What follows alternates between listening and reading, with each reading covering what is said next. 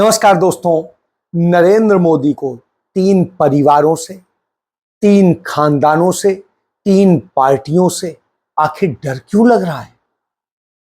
मोदी को पूरा हरियाणा फेंकू क्यों कहने लगा है? पनौती क्यों कहने लगा है? और मोदी की क्या स्थिति हो गई है?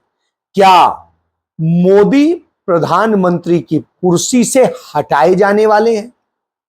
क्या उसकी तैयारी शुरू हो गई? जी हां, आज यह विषय है। विषय इसलिए है कि 2 छोटे छोटे राज्यों में विधानसभा चुनाव हो रहा है और डर के कारण 4 के होने थे वो नहीं कराए गए। 2 छोटे छोटे के अभी कराए जा रहे हैं। एक जम्मू कश्मीर है जहां पिछले 10 साल से भाजपा सत्ता में है। 3 साल वैध रूप से, वैध वो भी नहीं थी, वो भी गठजोड़ करके एक जो कहते हैं अनुलोम गठजोड़ था। वो गठजोड़ विपरीत विचारधारा कहते हैं जिसे, लेकिन सत्ता के लिए तो भाजपा किसी के भी आगे झुक सकती है, किसी के भी चाट सकती है, कुछ भी कर सकती है। नरेंद्र मोदी का यही चरित्र है, भाजपा आरएसएस का यही चरित्र है। हमने देश की आजादी के पहले देखा कि कैसे मुस्लिम लीग और हिंदू महासभा मिलके 3 राज्यों में सरकार चलाते थे और दूसरी तरफ एक दूसरे के खिलाफ नफरत बोते थे कि मुसलमान ये है, हिंदू ये है। तो ऐसे ही इन्होंने जम्मू कश्मीर में पीडीपी के साथ मिलके 3 साल सरकार चलाई और फिर उसके बाद उनकी सरकार गिराई और राष्ट्रपति शासन लगा के अपनी सरकार चला रहे। फिर उसे यूटी बना दिया और अपनी सरकार ठोके हुए हैं। जबरन की सरकार, भ्रष्टाचार की सरकार। जम्मू कश्मीर की यह हालत की कि वो बेरोजगारी में फंस गया। इस हालत में ला दिया कि वहां का बागवान बर्बाद हो गया। इस हालत में ला दिया कि वहां की शिक्षा बर्बाद हो गई। इस हालत में ला दिया कि वहां की चिकित्सा बर्बाद हो गई। यानी कुछ बचा ही नहीं। एजेंडा है जम्मू कश्मीर के युवा को बेरोजगार करना, जम्मू कश्मीर के युवा को सुसाइड पर मजबूर कर देना। एजेंडा है जम्मू कश्मीर के युवा को ड्रग्स की तरफ धकेल देना। एजेंडा है जम्मू कश्मीर की महिलाओं से उनका हक छीनकर उन्हें देश में सबसे ज्यादा बेरोजगारी देने का, चुनी हुई सरकारों को गिराना और जो सरकारें नहीं गिरा सकते उनके चुने हुए मुख्यमंत्री को जेलों में ठूस देना। अगर आपके यहाँ कोई प्रोटेस्ट करता है, आवाज उठाता है, खड़ा होता है, तो उसको जेल के अंदर ठूसकर उसकी आवाज को दबा देना। ये एजेंडा है अमित शाह जी का। मैं आंख में आंख डालकर कहती हूँ, अमित शाह जी अगर दम है तो जम्मू कश्मीर की आवाम को उसका हक दीजिए। और जो बचा था वो सब अदानी अंबानी को सौंप दिया। जो गवर्नमेंट के कॉन्ट्रैक्ट हैं वो बाहर के लोगों को ज्यादा मिल रहे हैं, इसमें कोई छुपी बात तो है नहीं। यहां तक कि इस जम्मू कश्मीर की रेत पे भी हमारा हक नहीं है। यह हाल इन्होंने बनाया है जम्मू कश्मीर का। मैंने ये सुना, आप पता नहीं आप कह सकते हैं ये सच है या झूठ है, कि लेफ्टिनेंट गवर्नर एक अनइलेक्टेड आदमी जो उत्तर प्रदेश में शायद सियासत करना चाहते थे, वहां से उनको निकाला शायद, वो कहते हैं कि यहाँ पे भाई सर्विसेज वगैरह जो फ्री सिस्टम था वो हम बंद कर रहे हैं, यहाँ पे आपको फी पे फी देनी पड़ेगी। जम्मू कश्मीर के लोगों का जहाँ पे बेरोजगारी का इतना बुरा हाल है, वो फी पे फी मांगने जा रहे हैं। मैं कहता हूं उनको नौकरी दो और फीस लो। लेकिन नरेंद्र मोदी जब वहां प्रचार करने डोडा में जाते हैं तो कहते हैं कि 3 खानदानों ने, तो 3 खानदानों ने क्या कर डाला? बर्बाद कर दिया। उनसे बच के रहना और उनसे हम ही बचाएंगे। तो साहब, 3 खानदान कौन हैं जिन्हें आप कह रहे हो? उन दोनों के साथ सरकारें आपने चलाई, चाहे पीडीपी के साथ हो चाहे एनसीपी के साथ, और एनसी के साथ, नेशनल कॉन्फ्रेंस के साथ में सरकार चलाई। अटल बिहारी वाजपेयी सरकार में वो मंत्री रहे और उसके बाद कहते हैं ये मुख्यमंत्री रहे वहां। इधर पीडीपी के साथ सरकार आपने चलाई और आज से नहीं, 1989 से। तो इससे आप ये समझ लीजिए कितने पक्का याराना है। लेकिन सत्ता के लिए कुछ भी झूठ बोले। कांग्रेस ने तो आज तक नहीं कभी ये कहा। वो जब भी आई अपने तरीके से आई, कभी एनसी के साथ आई या अकेले आई, लेकिन भाजपा का पूरा खेल ही यह है। तो वो छद्म विपक्ष पैदा करने की कोशिश का समझौता करा दिया उस आतंकवादी से, जिसे आतंकवादी बताकर तिहाड़ जेल में बंद कर रखा है, जो इंजीनियर राशिद है, और करके कैसे वोट बांटे जाए उस पूरी पार्टी को ही इन्होंने खड़ा किया है। इंजीनियर राशिद और उसकी पूरी पार्टी बीजेपी की बी टीम है। बहरहाल तब भी वहां लोगों को डराते हैं। इसके बाद हरियाणा आते हैं तो हरियाणा में डराते हैं। हरियाणा में जिस तरीके से बताते हैं, अरे ये हो जाएगा, ये कर देंगे, इन्होंने तो किसानों को कर दिया, इन्होंने तो ये कर दिया, लेकिन हरियाणा की जनता खुल के बोल रही है कि नरेंद्र मोदी ने बर्बाद कर दिया है। वहां की महिलाएं सबसे ज्यादा चिंता है और मुखर हैं हर बात पे, तो वो इनको जवाब देती है। फिर उधर देखिए आप कि यदि आप झारखंड को देख लीजिए, झारखंड आज गए और जब वहां गए तो वहां बोलने लगे 3 पार्टियों से बच के रहना। 3 पार्टियां? कौन 3 पार्टियां? वहां क्यों नहीं कह रहे हो? क्यों? झारखंड मुक्ति मोर्चा के लिए कहते हैं कि उसके तो भूत घुस आया है कांग्रेस का।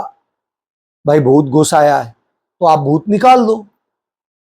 और आपने तो पूरी कोशिश की थी हेमंत सोरेन की सरकार गिराने में, उनके उसमें करने में, और फिर आपने किस तरीके से उनकी पार्टी के एक बहुत पुराने नेता को भी तोड़ दिया, जिसे हेमंत सोरेन ने कृपा के कारण मुख्यमंत्री बनाया था, जिसकी अपनी कोई हैसियत नहीं। तो यह है नरेंद्र मोदी का चेहरा। उधर आरजेडी को गाली देते हैं, ये वही आरजेडी है। 1989 में उसका ही साथ दिया था, 1977 में उसका साथ दिया था। तो यह इनका चरित्र है। बहरहाल इसके अलावा कांग्रेस को तो सभी जगह गाली देते हैं, चाहे झारखंड हो, चाहे हरियाणा हो, चाहे जम्मू कश्मीर हो, चाहे महाराष्ट्र, कहीं पे जाएंगे गाली देंगे, कांग्रेस कांग्रेस कांग्रेस करते हैं। तो आपने देखा ही, तो इस तरह की हालत है। लेकिन यह हालत क्यों हो गई है? नरेंद्र मोदी इतना बौखलाए क्यों है? और राहुल गांधी हर बात पे आक्रामक है, जवाब दे रहे हैं और पूछ रहे हैं। राहुल गांधी के किसी सवाल का जवाब नरेंद्र मोदी के पास नहीं। यह हालत है कि राहुल गांधी का नाम आते ही कांपने लगती है भाजपा, नरेंद्र मोदी की टीम, जो नरेंद्र मोदी का परिवार कहिए, कांपने लगता है और बकबक बकबक कुछ भी बोलता है, उसको पता ही नहीं, कुछ समझ में ही नहीं है, कुछ है, अंग्रेजी आती नहीं है। तो आप समझ सकते हैं उनके भाषण को नहीं समझ पाते हैं जो उन्होंने अमेरिका में दिया और कहीं दिया। तो इनके नेता, इनके मंत्री न जाने क्या क्या शब्द इस्तेमाल करने लगते हैं। जीतन राम मांझी, जिसको अंग्रेजी का आ नहीं आता है, वो कहता है राहुल गांधी ने ऐसा बोला, वो विभीषण है। इसी तरीके से इनके तमाम सारे लोग हैं। बहरहाल जिसको जो कहना है कहते रहिए, जनता कह रही, जनता इन्हें लपेट के रखे। उधर इन्होंने सुप्रीम कोर्ट के साथ मिल करके जैसे खेल किया कि इंजीनियर राशिद को बेल दिलाई और फिर केजरीवाल को दिलाया और कह दिया कि केजरीवाल कोई सीएम का काम नहीं करेंगे, वो सिर्फ हरियाणा में प्रचार करने का काम करेंगे, जम्मू कश्मीर में प्रचार करने का काम करेंगे, लेकिन वहां नहीं करेंगे। क्यों? क्योंकि दिल्ली में तो इंटरेस्ट है इनके, तो दिल्ली में रुकवा दिया। अब अरविंद केजरीवाल के कुछ हल्ले पल्ले बचा नहीं था, सीएम का काम नहीं कर सकेंगे, सीएम के दफ्तर नहीं जा सकेंगे, कोई फाइल साइन नहीं कर सकेंगे, कोई निर्णय नहीं ले सकेंगे, तो क्या करते? जिस मकसद से वो बेल पाए थे वो तो फेल हो गया, लेकिन बस ठीक है, स्वतंत्र होकर चुनाव प्रचार करिए, कांग्रेस को हरवाइए, तब आप बाहर रहेंगे तो आपके केसों पे भी कुछ कृपा हो जाएगी। ये टेस्ट करने के लिए छोड़ा गया। तो आज उन्होंने इस्तीफा देने की घोषणा की है, जिससे कि सिंपैथी हासिल हो, और उसके लिए भी 2 दिन का वक्त मांगा है। चलिए देखते हैं किसको बनाते हैं, बनाने दीजिए, लेकिन जनता आप समझ रही है खेल क्या है। उधर आप देखिए कि नरेंद्र मोदी की कुर्सी जब डावाडोल हो रही है, लग रहा है कि उनसे कुर्सी छिनने वाली है, तो आरएसएस के खास नरेंद्र मोदी के वो मंत्री जो तमाम भ्रष्टाचार के मामले में शामिल है, चाहे भारतमाला प्रोजेक्ट हो, चाहे द्वारिका एक्सप्रेसवे हो, चाहे एनएचआई घोटाले हो, जितने घोटाले, सबसे बड़े घोटाले उन्हीं के विभाग में हुए और सब कारपोरेट को सौंप दिया गया। वो नितिन गडकरी कहते हैं कि विपक्ष के एक बड़े नेता ने मुझे प्रधानमंत्री बनने का ऑफर किया था, यानी अपनी मर्जी वो विपक्ष के नेता के कंधे पर बंदूक रख के बता रहे हैं, उसके जरिए हमला कर रहे हैं। लेकिन सत्यता क्या है? सत्यता यह है कि इस लोकसभा चुनाव में पहली लिस्ट में उनका नाम ही नहीं था कि टिकट देना है कि नहीं देना। वो तो बाद में आया, बेचारे घबरा गए थे, इधर उधर ताक रहे थे क्या होगा।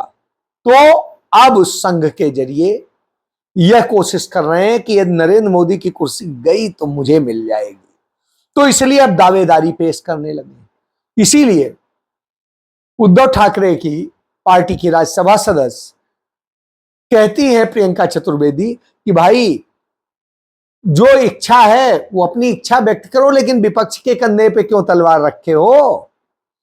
तो यह हालत है। इसके बाद इनके हरियाणा में गृह मंत्री रहे, स्वास्थ्य मंत्री रहे, खेल मंत्री रहे अनिल विज। उनके विभागों के भ्रष्टाचार और तमाम घटनाएं सबको पता है। तो वो अनिल विज कहते हैं मैं सबसे सीनियर हूं, इसलिए मुझे मुख्यमंत्री पद का मैं दावेदार हुआ। अब मुख्यमंत्री पद के वो दावेदार, अपना घर संभल नहीं रहा है। स्थिति ये है कि जो हालत कर दी है, घर में भाई वसूली कर रहा था, सबको पता है उनके, और उसके अलावा दूसरे तमाम जो चीजें हैं, किस तरीके से उन्हें 3 महीने से, करीब 3 महीने से और ज्यादा ही होगा, तो उन्हें घर पे बैठा दिया है जब से मनोहर लाल से कुर्सी ली है। तो अब घर पे बैठे हैं, कोई चार्ज नहीं, कुछ नहीं। तो इस तरह की स्थिति है, बोल सकते नहीं है। जब स्वास्थ्य की बात करते थे बड़ा बखान करते थे, कानून व्यवस्था की नाश मार दी, सब सारी चीज वसूली हो रही है, नशा बिक रहा है, सब कुछ हो रहा है, यह हालत है। किसानों पे लाठी चलवाई, गोली चलवाई, सब कुछ इन्होंने किया और स्वास्थ्य व्यवस्था का यह चौपट हाल किया कि कोविड के दौरान हरियाणा में लोगों ने देखा, खुद का इलाज मैक्स में कराते हैं, अपोलो में कराते हैं, मेदांता में कराते हैं, लेकिन दूसरे से कहते हैं हरियाणा के अस्पताल विश्व स्तरीय हो गए, यह हालत। और उसके बाद में यह स्थिति हो गई है कि इनकी सिर्फ काबिलियत एक है कि गांधी परिवार पे हमला बोलते हैं, राहुल गांधी पे को गाली देते हैं, सोनिया गांधी को गाली देते हैं, प्रियंका गांधी को गाली देते हैं, नेहरू जी को गाली देते हैं। तो इस तरह की स्थिति, जब इस तरह की स्थिति, तो आप समझ सकते हैं मानसिक रूप से बैलेंस खो चुके हैं। लेकिन साहब ये बोल रहे हैं, ये तब बोल रहे हैं जब हरियाणा की जनता बोल रही कि इनको तो आने नहीं देना। अब आप सोचिए, हरियाणा के स्वास्थ्य को इन्होंने बर्बाद किया, स्वास्थ्य शिक्षा बर्बाद की, हरियाणा की बाकी शिक्षा को बर्बाद किया, हरियाणा के खेल को बर्बाद किया, हरियाणा की कानून व्यवस्था बर्बाद की और हरियाणा का हर तरह से बेड़ा गर्क किया। अब भाई तो नरेंद्र मोदी हरियाणा में उन 3 परिवारों के खानदान की बात नहीं करते। क्यों नहीं करते? क्योंकि वो जो खानदान है, यहां के खानदान है, उन खानदानों ने सारे लोगों को अपने परिवार के ही टिकट दे दी और परिवार को टिकट दे दी है। उन्हीं परिवार के बूते, उसी परिवारवाद के बूते नरेंद्र मोदी भाजपा की सरकारें चली हैं सालों साल। 52 साल पुराना उनका रिश्ता है। तो आप समझ लीजिए, चाहे इंडियन नेशनल लोकदल हो, चाहे यानी इनेलो, और चाहे जेजेपी हो, जननायक जनता पार्टी, तो ऐसी स्थिति में ये पूरी तरीके से मान लीजिए, और इनके समझौते भी कराते हैं अपनी बी टीम से। एक के चंद्रशेखर आजाद से करा देते हैं, एक का बीएसपी से करा देते हैं, जिससे कांग्रेस के कितने वोट काटो। ऐसे ही अरविंद केजरीवाल को अब काटने के लिए भेज दिया है। तो ये सब वोट काटेंगे कांग्रेस के, जिससे फिर से भाजपा की सरकार बन जाए। लेकिन हरियाणा की जनता अब समझ गई है, वो जवाब दे रही। तो घबराहट है। क्यों? संघ ने अल्टीमेटम दे दिया है, ये चारों राज्य नहीं जीते तो समझ लेना। इसलिए घबराए, इसलिए प्रधानमंत्री पद की कुर्सी के लिए दावेदारी तैयार होने लगी है। जय